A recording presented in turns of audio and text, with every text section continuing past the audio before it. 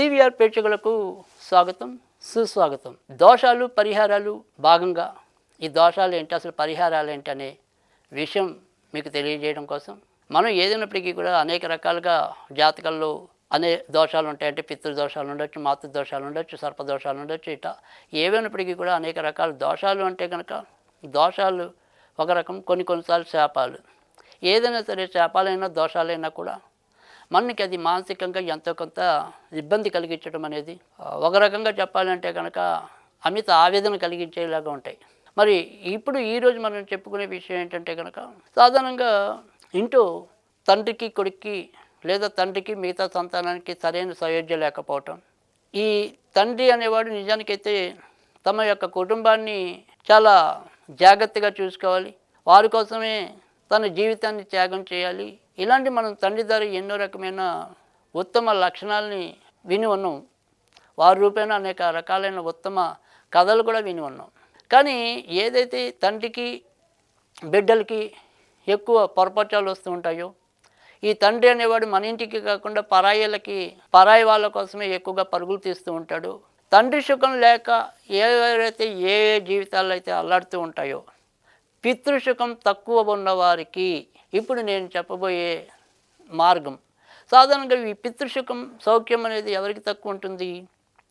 జాతకంలో చూసినప్పుడు సాధారణంగా పితృదోషాలు ఉన్నవారికి, అంటే రవితో శని కలిసిన, రవితో రాహు కలిసిన, రవితో కేతువు కలిసిన, లేదా రవి నీచరాశుల్లో ఉన్నా, లేదా రవి మీద దుష్టగ్రహాల దృష్టి ఉన్నా కూడా సాధారణంగా పితృ సంబంధాలు బలహీనమవుతాయి. ఈ పితృ యొక్క సుఖం అనేది అంటే ఇలా మనకి ఒక్కోసారి చిన్నప్పుడే తండ్రిని పోగొట్టుకున్న జాతకాలు కూడా కొన్నిసార్లు చూస్తూ ఉంటాం.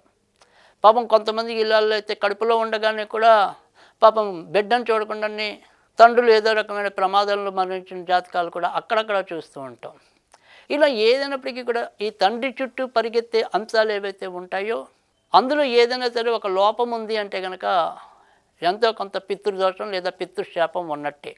మరి ఇందుకోసం మనం ఏం చేస్తే మంచి జరుగుతుంది అనేది కనుక చూస్తే కనుక 6 ఆదివారాలు మరి ఇంట్లో విష్ణుమూర్తి దగ్గర లేదా మీ ఇంట్లో ఏదైనా సరే సూర్యనారాయణమూర్తి విగ్రహం కానీ బొమ్మ కానీ ఏదైనా ఉన్నా అక్కడ ఏం చేయాలి అంటే కనుక 6 ఆదివారాలు మనం ఎలాగైతే శ్రావణ మాసంలో బియ్యం పిండితో వాటిని మనం ప్రమిదలుగా దీపాలుగా మలిచి ఒత్తులు వెలిగిస్తూ ఉంటామో, అలాగే ఇక్కడ కూడా గోధుమ పిండితో అదే రకంగా మనం దీపంలాగా తయారు చేసి అందులో 6 ఒత్తులు వేసి, అంటే 3 ఏదైనా సరే మీరు 6 ఒత్తులు అనేది ఉండాలి. దీపాల సంఖ్య అనేది మన ఇష్టం.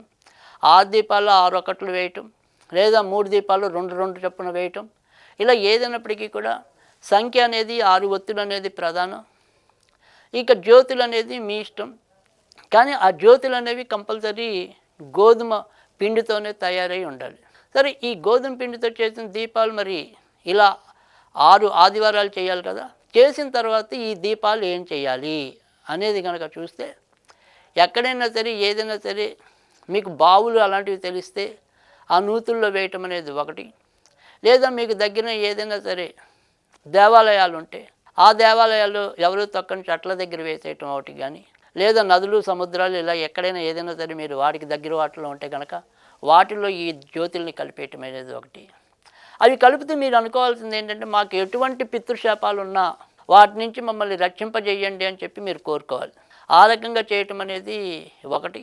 తర్వాత ఏదైనప్పటికీ కూడా ఒకవేళ మీకు మీ నాన్నగారు అందుబాటులో ఉంటే ఒక 3 ఆదివారాలు ఆయన పాదాలు కడిగి ఆయన బ్లెస్సింగ్స్ తీసుకోండి.